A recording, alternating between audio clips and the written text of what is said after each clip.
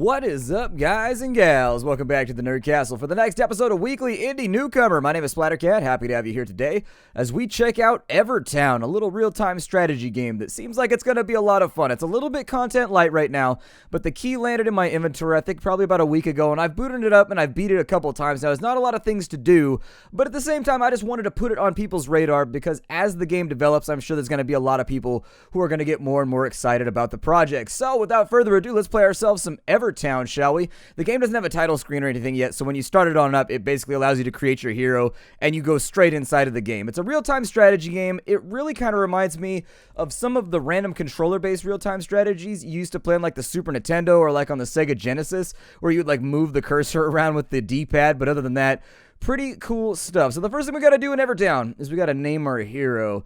And so what do I want my hero's name to be? His name will be Dochlord. There we go. No, okay, Dochlord works too. Then we gotta pick a little outfit for him. He could be a little devil. We can have like a Ryu-looking guy or a Ryu-looking guy. We got one that almost has an Adventure Time look going on to it. Now we have this guy over here who's wearing a Subligar. I'm gonna go with the Subligar. If you ever had the option to have a character rock a Subligar, I feel like you might be morally obligated by Man-Thong to do it. We also gotta choose an ability. There's Glory Hunt, so you get bonus glory for everybody you kill. Glory is important because it lets you upgrade your city. Stuff like that. We got Shadow Warrior that become invisible if he's idle. We've got Divine Bless, which allows him to heal people. Or we've got Speed Trap. I'll probably go with the Glory Hunt. This one over here gives extra attack power to all of your allies, but there's not a lot of allies in the game yet, so I'm sure that'll be useful later on.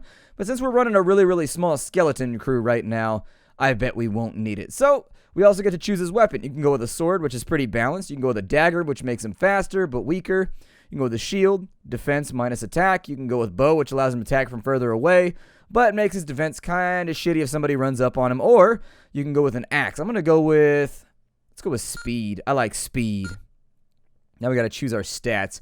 Since we already went with speed, let's just go all in on speed. Forget about it. Yeah, as we go through the game, this guy's going to level up, get a little bit stronger as we play. So these stats are not final. You're going to be able to add points in over time as he kills stuff in levels still. I want to be fast. I don't think I've ever maxed out speed before, so we're going to try that out. Alright, so welcome to Evertown. This is going to be the way we're going to interact with the game. I love the pixel art in this game. Like, seriously, it does. It reminds me, I can't think of any of the specific games right now, and it's driving me crazy. My head is aghast that I can't come up with this right now, but there were a bunch of games back in the day that looked just like this. I mean, honestly, if you really wanted to take it that far back, you could probably just invoke the Westwood games, too, where the graphics were really, really primitive, but at the same time, they had kind of a nice little tinge to them, and I never knew what it was that was so attractive about those games, but I still like looking at them. Oh my god, there's like a bird or something attacking our city. We got bird noises happening. I'm going to put down a couple little farms. These guys are builders, this guy's a little warrior, and that's our hero that we created just a moment ago. Not very fast, actually. I was expecting our hero to be a little bit quicker. Maybe it's talking about attack speed. So the first thing we need to do is we need to build ourselves a couple of farms, otherwise we're going to starve to death. Every day or so, it's going to charge you a big grip of food to feed all of your citizens, and since hunters, these little fighter guys right here, don't actually produce anything, you want to have a pretty good surplus, otherwise starvation is definitely going to be an option. Let's go ahead and spread our warriors out for just a minute. There's no unit acknowledgements or voiceovers or anything like that, and I'm not sure if there's going to be. Honestly, there's not a roadmap or anything available for the game right now as far as I know. I took a look at the forums, kind of bounced around a little bit. The developer has been updating the game like daily, getting rid of bugs and trying to make the game a little bit more stable. Very, very content light right now, so if you decide to get into this game, you have to know that it is the edge of early access. Basically, it's almost like a proof of concept right now, where there's about enough content for you to play for maybe an hour and a half, 2 hours, and then after that you're going to run into a brick wall and there's not going to be a ton of things to do. Still, the developer is hustling. From what I've seen, he's been putting out daily builds, just kind of adding little things, fiddling with little things, trying to mess with bugs that were available. The game has gotten more stable over the last couple days. I know that when he sent it over, he was like, hey, be super careful about saving your game because it crashes all the time right now. And he warned me that it wasn't very stable, but honestly, I haven't had any crashes. I know people on the forums have been saying that their stuff hasn't been very stable, but mine's been perfectly fine so far. So I don't want to be that guy in every forum that's like, it works for me, but mine's been pretty stable. Just be aware that there might be stability issues or something like that along the way too. And have him hammer out a little house. It works just like Age of Empires or a little bit like Folktale or any of the other kind of city builder games. You want to build houses so that you can increase your population cap, so that you can have more of these little guys to help you out with your various tasks. I'm going to go ahead and build 3 more of the workers, and then I'm going to have him continue just slogging away building houses. I think I'll make a little street right here. It'll go vertically. What I've really been having fun with this game is the last couple hours that I've spent, since there's not a ton of content, you can build like endlessly. There's no unit cap that I've hit or anything like that. You kind of just build until you don't have space anymore.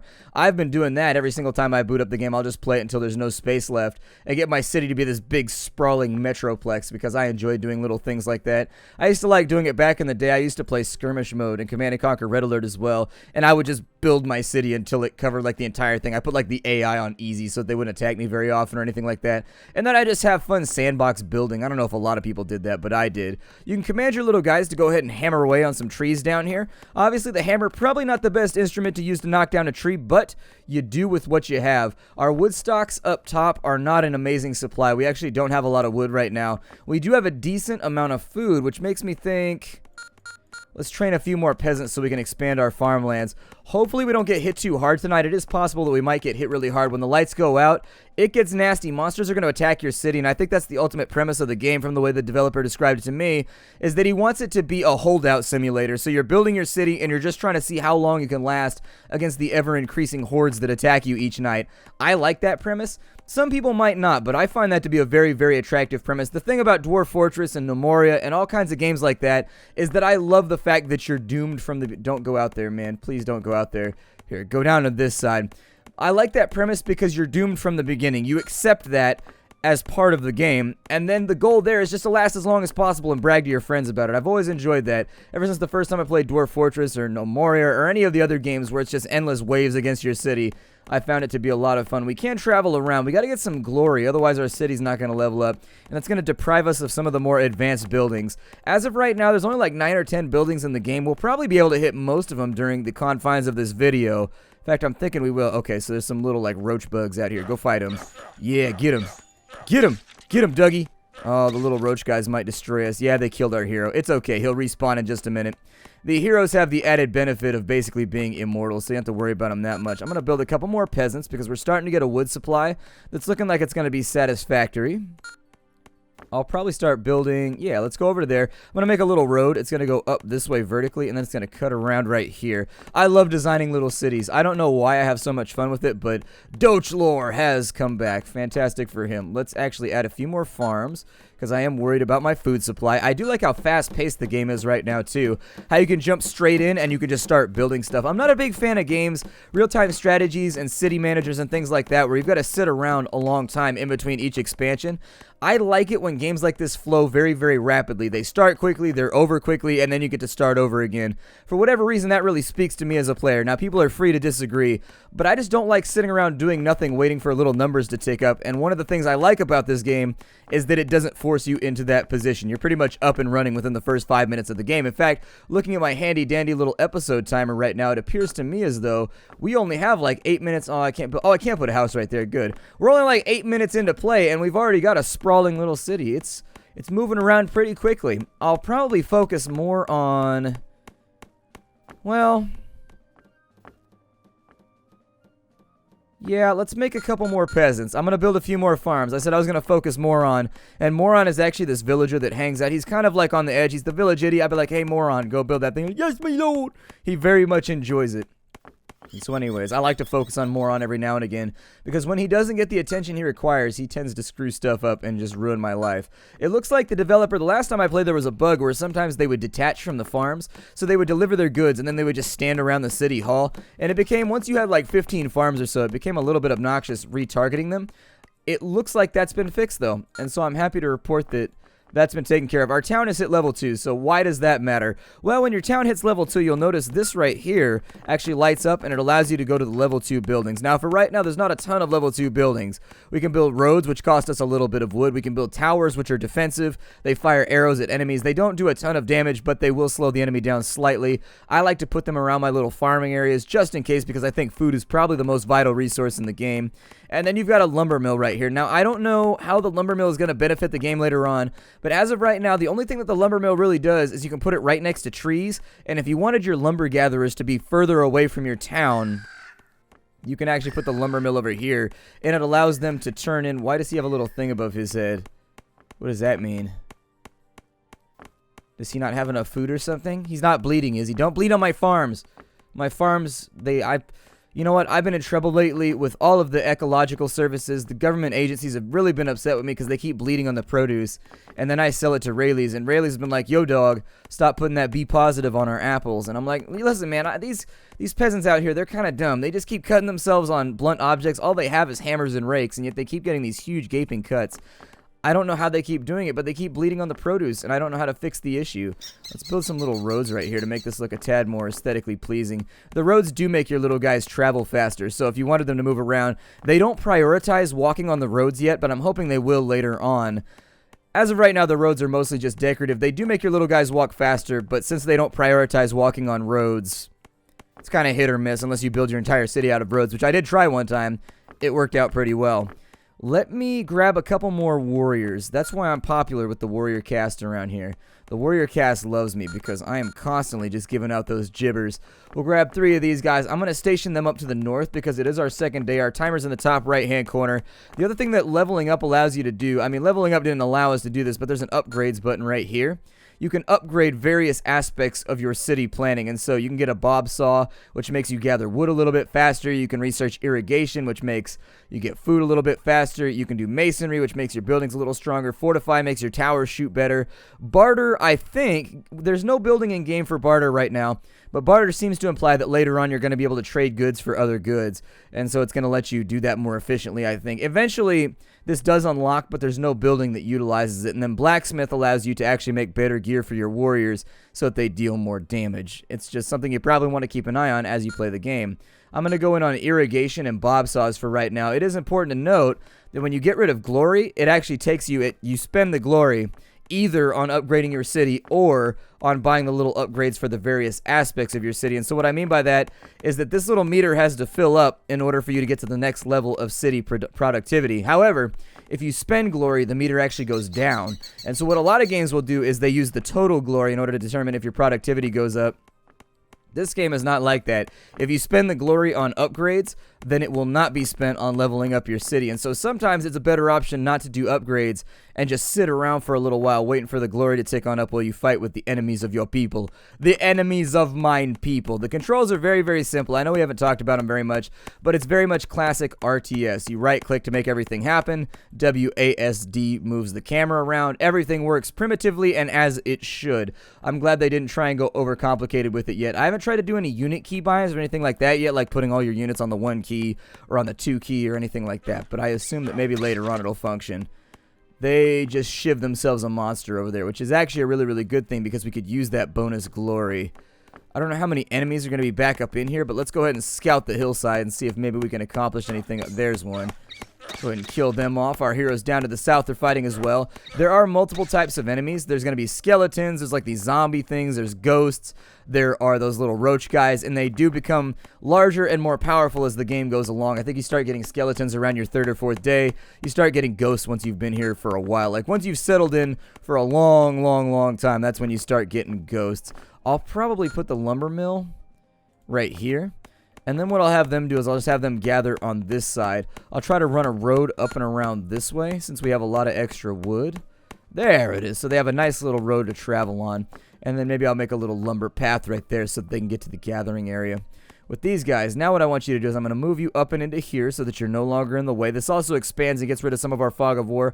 I do think the fog of war is a little bit over encroaching. I think that once you open up an area, I don't know. I've never been a fan of dim fog of war, and so line of sight basically. I always liked it once you uncovered an area and then you didn't really have to worry about it anymore. There is a debug command you can use right now to get rid of the fog of war because the world is so small. I feel like the fog of war is really kind of unnecessary at the moment. But hopefully the world will expand. Unfortunately, what ends up happening is you end up with a lot of, I think what's planned is they're going to give you some kind of way to climb up on mountains and also to cross oceans in the future.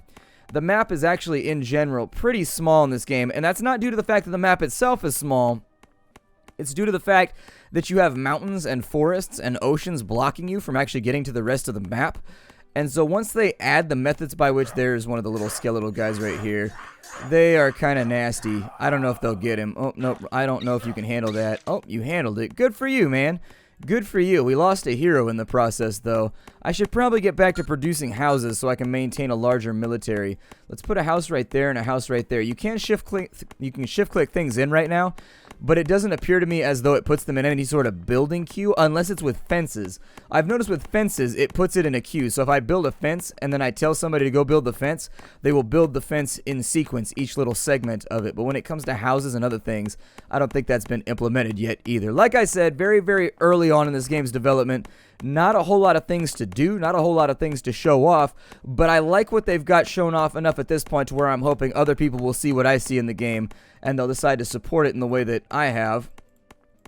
I'm thinking for right now, let's stay on top of some of these houses over here. We'll give them a little bit of an access road right there. Once they have the access road, we'll swap the houses to this side of the road, and then we'll just go in on these things. I actually double-spaced that one right there. You can destroy buildings by clicking on them. There's a little skull right there. You can get rid of buildings very, very easily in that fashion. We've only got about an hour left of nighttime, and so I think we've basically fended our attacks off for now. We've got a ton of resources that are stacked up, so I'm going to focus on building houses and then actually building up our military. So let's build 5 more soldiers. I'll probably split 3 off this way, spend 1 or 2 off that way. Did I say 4 or 5? Either way, if I did 5, 2 will go over here, 3 will go over here. We got to watch anywhere where there's a little bit of fog of war you can get attacked from. So until you actually clear out your entire island and make it so that the enemies cannot spawn anywhere, you're probably going to have to deal with some fairly invasive enemy species. Now, there are bad guys during the day. I don't mean to give the impression that you're totally and completely safe during the day. If you travel around and you start clearing out some of the fog of war, chances are you'll get attacked by stragglers that are just out and around in these little areas. And if you're trying to grind out a little bit of glory to advance your city, I would say it's a good way to get yourself moving. This little northern area... Actually, it looks like we've got a little mountain pass right there. That's pretty cool. I like that. I'd probably fortify that. I do hope that the trees start to despawn over time as well as you chop them. As of right now, the trees appear to be immortal, great ents that stand in the forest, I guess, sylvan edifice, being like, "Roar," and talking to hobbits and helping them with their adventures, and generally being confused about nomenclature and labeling. Still, the trees do not get destroyed as you chop them. So I hope that gets implemented and added in the future. There's lots of little things that I can definitely see being added, but I like the way it flows for right now. It reminds me of those old school RTSs I used to play when I was a kid. I was a big Red Alert buff. Like, seriously, Command & Conquer Red Alert, I played that a lot in my younger days. I played the first one quite a bit, but I played the second one a stupid amount. Command & Conquer Red Alert, not just Command & Conquer. I also like Tiberian Sun a lot. After Tiberian Sun, I stopped enjoying them quite so much. I liked Red Alert 2, but after Red Alert 2, I kind of fell off the horse with all of those games. And I think it's just because Westwood stopped making them. I think that's right about the point that EA bought out the franchise. And from there, I was really sort of disappointed with it. Still, it does hold a very, very dear place in my heart. And I keep hoping that they'll go back to the old ultra-violent gameplay that they used to have, where there was lots of fatalities for the little soldiers and lots of like little death animations and things. I just haven't been... I think that's the part where I fell off with Red Alert, is where they really homogenized it and they kind of made it clean cut, where there was violence and things shooting at each other, but like the death animations were very clean. There was no blood. I don't know. There was something satisfying about seeing one of your little soldiers get nailed by a light tank and fly off into the air and then like skid on his head for, I don't know. It was comical in a weird way. It was kind of over-the-top violent. Although I do recall, Command & Conquer Red Alert was one of those games where the first mission in Red Alert for the Soviet campaign, you have to gas a bunch of civilians or something like that, if I remember that was a little bit dark, and I didn't realize how dark it was until I got older. I was like, man, that was kind of an evil mission right there when you were playing the Soviet campaign. That one got gnarly really, really fast. I don't remember why you were gassing the city either. I think you were gassing it just to test out if the gas worked. It was a really, really gnarly mission until you grow up and start to realize that, like, these things happen in the world. You're like, wow. Like, when I was a kid, I didn't think about it at all. It was just like another mission. And then once you get older, that's a little dark. That's actually really, really dark. You were blowing up civilian houses in the first mission. Although I did always prefer the Soviets. I liked they had like the Tesla units. I never liked the Orcas or anything that the Allies had. I always felt like the Allies had kind of lame technology. Like, it looked cool, but I never really felt like it helped out that much. Whereas with the Soviets, they got all the cool stuff. They got, like, the Tesla soldiers, the Tesla tanks. I think they got... Oh, nope, we got an enemy right here. He's killing off one of our little civilians. Run, civvies, run! The hunters are coming to aid you. Yeah, they'll probably kill off one of my little guys, but what are you going to do about it? What are you going to do about it? Another skull for the Skull Throne, unfortunately. You can't protect everybody. It's frontier out here. You got to be very, very careful. There are monsters hiding in the darkness that are ready to destroy us. They don't like civilization at all. They enjoy wallowing in the muck and ignorance. And us out here researching things like books and drugs that keep us from sneezing, that makes them feel very, very upset. They want us to die of pneumonia. And if we don't die of pneumonia, they're going to, I almost said demonia, but that works too. If we don't die of pneumonia, they'll come after us with demonia. That is the associated hordes of demons and also other supernatural critters, and they will try to destroy us. We actually have a lot of stuff lined up right now. It looks like we're probably going to have to defend from this direction. That's super cool that we're getting to fight those right now because we need the glory to get things done. All glory and power to our city. And put a little corner house over here. And while he... Oh, cool! Doach Lore has leveled up. There's a space missing right there. That means that we get to go through and add a point. I'm going to add to his health because he seems to be a little bit squishy right now. And I don't want him to be squishy anymore. I want him to be able to stand a strong bastion in the middle of my foes and be like, you will all die now, or we'll destroy you. He's got to have like a little bit deeper version of the Pevmo. Yes, me lord. He's like, yes, me lord. Like he's a little bit tougher. And that's denoted by the fact that his voice has dropped down a little bit.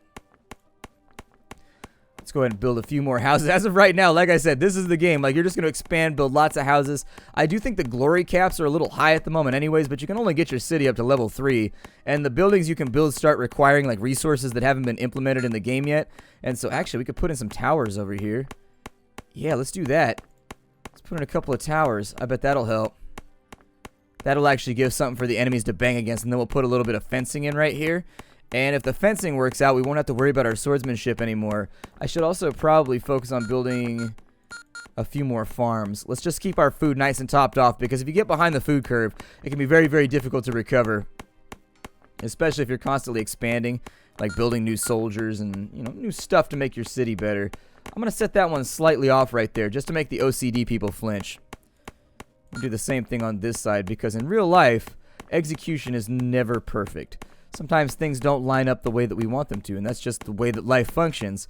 I've had to teach myself. I used to like to have everything all squared away and symmetrical, but now I try to go out of the way to put like random things misaligned and whatnot, because I think it actually does emulate life. I don't think measurements are perfect in life. Sometimes things are a little bit off, and it's just easier to function within the constraints of things that are slightly off than it is to redesign the entire area. I think it makes it feel a little bit more human, in all honesty, and so that's why I do it. The best way for you to get tons and tons of glory is just to expand your city as fast as you can. I think we're probably going to need a defensive line over here. You, sir, build us another tower. Oh, I can't have another tower right there? Well, that makes me sad. I wish I could have a tower right there. I'll probably go in like that, and then I'll take this little guy. And I'm just going to have him gather from this tree over here instead of... No, don't chop from right there. Chop from right there, then. That's fine. He's going to build the fence on this side. It looks like they've already got... You would be surprised how pesky it is to program these to, like, connect to each other, like, in order to become one solid graphic. So I'm glad to see that's the case, where it isn't just, like, this little log graphic repeated over and over and over again. If you put two fence links next to each other, they connect and they become... a longer piece. That makes me really, really stoked. I had waffles this morning, so you have to forgive my random hiccup. I will not apologize for waffles. I will not apologize for waffles. I'm going to put him right there. Seems okay. And then after that, I'll probably go in on a few more civilians right here.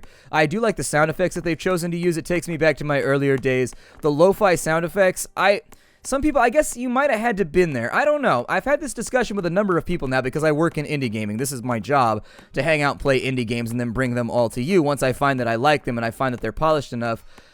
I like playing indie games. It's a passion of mine. And I get into this discussion with people a lot where it's like, you know, is low fidelity and kind of pixel graphics, is that okay in the world that we live in right now? Or is it lazy, or is it just playing off of nostalgia? What do you think? And you know, I say if you can play off of nostalgia, play off of nostalgia. As long as nostalgia is not your main selling point, I think you're good, G. That's the big part. Unless your entire project is banked on nostalgia, I don't see a problem with it. A little bit of nostalgia here, mixed in with maybe some modernized gameplay elements, and I'm perfectly okay with it, as long as the main selling point of your game is not nostalgia all by itself. And even in that situation, I think I'm willing to make some caveats that sometimes there are games that bank completely on nostalgia, and it still works for me. It still works for me, so I'm not going to complain about it in any case, I don't think. Let's continue. I'm going to build a little bit bigger of an army. We got a little bit of time left in the episode. We got about 3 or 4 minutes left. Because the game is in early access, I'm not going to do a whole lot of reviewing and critiquing of it because I feel like that's not fair. All I can say right now is for the early access, if you wanted a ton of content out of this game, I think my time played is about 3 hours, and that's just because I've been fiddling with everything. I want to test out all the various stuff, and so I played around with building, filling up an entire map of just houses. I wanted to see if the game had support for that, or if it was going to crash, or if it wasn't going to let me, or if it was going to put a cap on things, and it worked out pretty well. I actually filled out a sizable chunk of the map without having to worry about it. You can see some tearing right there when I'm panning and scanning around, so I think the game could definitely use some VSync. I think that would be beneficial to the game long term. Where is Dochlor at? There he is right there. I was going to say, rocking his subligar of truth. Is being looked forth upon my banana hammock of protection. Almost said banana hammock, which is not a thing. But anyways, I've basically gotten to the edge of the content 2 or 3 times now, and I was entertained each time. I think I had a good time with it. I believe that the game is definitely probably going to go to a good place. I like what they have so far. I like the models. I like the way the houses look. I'd like to be able to change my team colors. Red is not my favorite color. It feels very hard on my eyes, and I almost never build cities using red as my color when I play RTSs. Usually I go with something cool like blue or teal or green, something that feels a little bit more natural. Still, I've filled up entire maps, I've played around with exploring and killing lots of monsters, I've left the game running, and I've just let my little soldiers farm out glory to see how far into the game that I could go. And it seems like we'll level up our city one more time, and all that we're really going to unlock is we'll unlock a barracks, but we won't be able to build it because iron has not been implemented into the game yet. Supposedly, pretty soon, the developer was on the forums. There we go, our town just leveled up to level 3, so you don't have to worry about it. I can show you. You can actually do another... There it is right there. And so we can build a barracks, but the mine has not been implemented yet. The developer said on the forums that he's pretty close to finishing the way that the mine functions, and you're going to deploy it on the edges right here.